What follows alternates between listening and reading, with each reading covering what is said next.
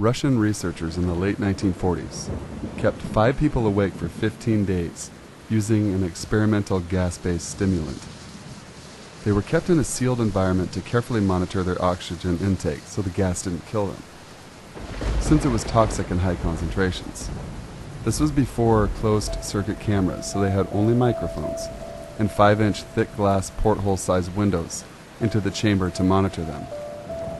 The chamber was stocked with books, cots to sleep on but no bedding, running water and toilet, and enough dried food to last all 5 for over a month. The test subjects were political prisoners deemed enemies of the state during World War II. Everything was fine for the first 5 days. The subjects hardly complained, having been promised falsely that they would be freed if they submitted to the test and did not sleep for 30 days. Their conversations and activities were monitored, and it was noted that they continued to talk about increasingly traumatic incidents in their past, and the general tone of their conversations took on a darker aspect after the day 4 mark. After 5 days, they started to complain about the circumstances and events that led them to where they were, and started to demonstrate severe paranoia. They stopped talking to each other and began alternately whispering to the microphones and one-way mirrored portholes. Oddly, they all seemed to think they could win the trust of the experimenters by turning over their comrades, the other subjects in captivity with them. At first, the researchers suspected this was an effect of the gas itself. After 9 days, the first of them started screaming. He ran the length of the chamber, repeatedly yelling at the top of his lungs for 3 hours straight. He continued attempting to scream, but was only able to produce occasional squeaks. The researchers postulated that he had physically torn his vocal cords. The most surprising thing about this behavior is how the other captives reacted to it, or rather, didn't react to it. They continued whispering to the microphones until the second of the captives started to scream. The 2 non-screaming captives took the books apart, smeared page after page with their own feces, and pasted them calmly over the glass portholes. The screaming promptly stopped. So did the whispering to the microphones. After 3 more days passed, the researchers checked the microphones hourly to make sure they were working, since they thought it was impossible that no sound could be coming with 5 people inside. The oxygen consumption in the chamber indicated that all 5 must still be alive. In fact, it was the amount of oxygen 5 people would consume at a very heavy level of strenuous exercise. On the morning of the 14th day, the researchers did something they said they would not do to get a reaction from the captives. They used the intercom inside the chamber, hoping to provoke any response from the captives they were afraid were either dead or vegetables. They announced, "We are opening the chamber to test the microphones. Step away from the door and lie flat on the floor, or you will be shot. Compliance will earn one of you your immediate freedom." To their surprise, they heard a single phrase in a calm voice response: "We no longer want to be freed." Debate broke out among the researchers and the military forces funding the research. Unable to provoke any more response using the intercom, it was finally decided to open the chamber at midnight on the 15th day. The chamber was flushed of the stimulant gas and filled with fresh air, and immediately voices from the microphones began to object. 3 different voices began begging, as if pleading for the life of loved ones, to turn the gas back on. The chamber was opened, and soldiers sent in to retrieve the test subjects. 4 of the 5 subjects were still alive, although no one could rightly call the state any of them in life. The food rations past day 5 had not been so much as touched. There were chunks of meat from the dead test subjects' thighs and chests stuffed into the drain in the center of the chamber, blocking the drain and allowing 4 inches of water to accumulate on the floor. Precisely how much of the water on the floor was actually blood was never determined. All 4 surviving test subjects also had large portions of muscle and skin torn away from their bodies. The destruction of flesh and exposed bone on their fingertips indicated that the wounds were inflicted by hand, not with teeth as the researchers initially thought. Closer examination of the position and angles of the wounds indicated that most of it, not all of them, were self-inflicted. The abdominal organs below the ribcage of all 4 test subjects had been removed, while the heart, lungs, and diaphragm remained in place. The skin and most of the muscles attached to the ribs had been ripped off. exposing the lungs through the ribcage. All the blood vessels and organs remained intact. They had just been taken out and laid on the floor, fanning out around the eviscerated but still living bodies of the subjects. The digestive tract of all four could be seen to be working, digesting food. It quickly became apparent that what they were digesting was their own flesh that they had ripped off and eaten over the course of days. Most of the soldiers were Russian special operatives at the facility, but still many refused to return to the chamber to remove the test subjects. They continued to scream to be left in the chamber, and alternately begged and demanded that the gas be turned back on, lest they fall asleep. To everyone's surprise, the test subjects put up a fierce fight in the process of being removed from the chamber. One of the Russian soldiers died from having his throat ripped out. Another was gravely injured by having his testicles ripped off, and an artery in his leg severed by one of the subject's teeth. Another 5 of the soldiers lost their lives, if you count ones that committed suicide, in the weeks following the incident. In the struggle, one of the 4 living subjects had his spleen ruptured, and he bled out almost immediately. The medical researchers attempted to sedate him, but this proved impossible. He was injected with more than 10 times the human dose of a morphine derivative, and still fought like a cornered animal, breaking the ribs and arms of one doctor. When heart was seen to beat for a full 2 minutes after he had bled out to the point there was more air in his vascular system than blood. Even after it stopped, he continued to scream and flail for another 3 minutes, struggling to attack anyone in reach, and just repeating the word, "More," over and over, weaker and weaker, until he finally fell silent. The surviving 3 test subjects were heavily restrained and moved to a medical facility. The 2 with intact vocal cords continuously begging for the gas, demanding to be kept awake. The most injured of the 3 was taken to the only surgical operating room that the facility had.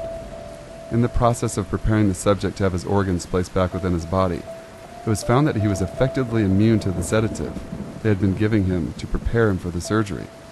He fought ferociously against his restraints when the anesthetic gas was brought out to put him under. He managed to tear most of that away through a 4-inch wide leather strap on one wrist, even though the weight of a 200-pound soldier holding that wrist was as well.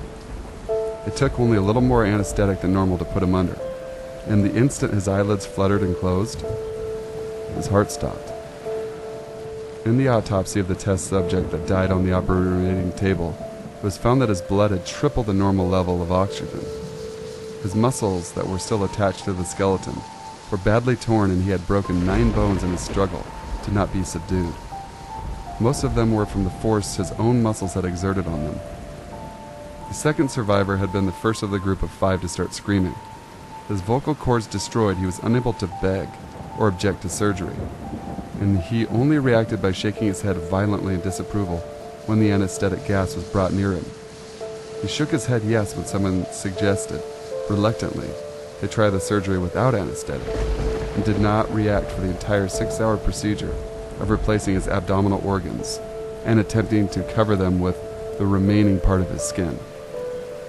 The surgeon stated rapidly and repeatedly that it should be more medically possible for the patient to still be alive. One terrified nurse assisting the surgery stated that she had been the patient's mouth curl into smile several times whenever his eyes met hers. When the surgery ended, the subject looked at the surgeon and began to wheeze loudly, attempting to talk while struggling. Assuming this must be something of drastic importance, the surgeon had a pen and pad fetched so that the patient could write his message. It was simple: keep cutting. The other 2 test subjects were given the same surgery, both without anesthetic as well, although they had to be injected with a paralytic for the duration of the operation. The surgeon found it impossible to perform the operation, while the patients laughed continuously. Once paralyzed, the subjects could only follow the attending researchers with their eyes. The paralytic cleared their system in an abnormally short period of time, and they were soon trying to escape their bounds. The moment they could speak, they were again asking for the stimulant gas. The researchers tried asking why they had injured themselves, why they had ripped out their own guts, and why they wanted to be given the gas again. Only one response was given: I must remain awake. All 3 subjects' restraints were reinforced, and they were placed back into the chamber awaiting determination as to what should be done with them. The researchers, facing the wrath of military benefactors for having failed the stated goals of their project, considered euthanizing the surviving subjects. The commanding officer, an ex-KGB, instead saw potential and wanted to see what would happen if they were put back on the gas. The researchers strongly objected, but were overruled. In preparation for being sealed in the chamber again, the subjects were connected to an EEG monitor and had their restraints padded for long-term confinement.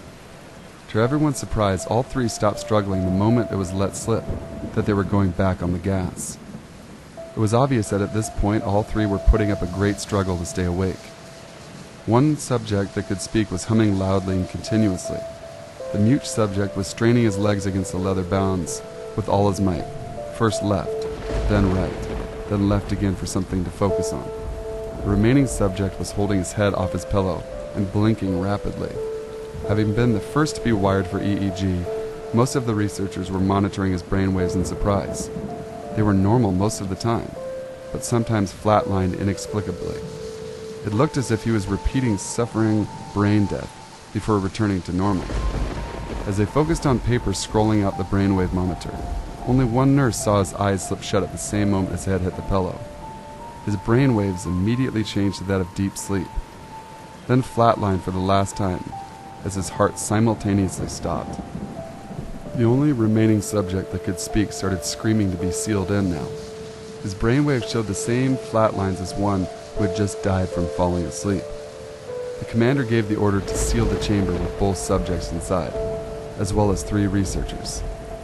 One of the named 3 immediately drew his gun and shot the commander point blank between the eyes, then turned the gun on the mute subject and blew his brains out as well.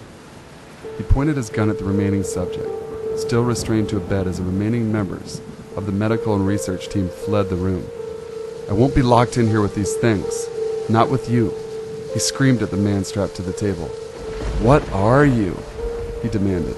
"I must know." The subject smiled. "Have you forgotten so easily?" the subject asked. "We are you. We are the madness that lurks within all of you, begging to be free at every moment in your deepest animal mind. We are what you hide from in your beds every night. We are what you sedate in silence and paralysis when you go to the nocturnal haven where we cannot tread." The researcher paused, then aimed at the subject's heart and fired. The EEG flatlined as the subject weakly choked out, "So nearly free." Thanks for listening, guys. That was a crazy one. The Russian sleep experiment. Total classic creepypasta right there. Been wanting to read that one for a long time, guys. Great story. One of my favorites of all time. Please make sure to like, comment, share, and subscribe to join the Sinful Nation. And keep an eye out for my collaboration video that should be up and posted tomorrow with Joey's Nightmares. Really excited to work with him. He's a great guy. So until next time, guys, stay sinful.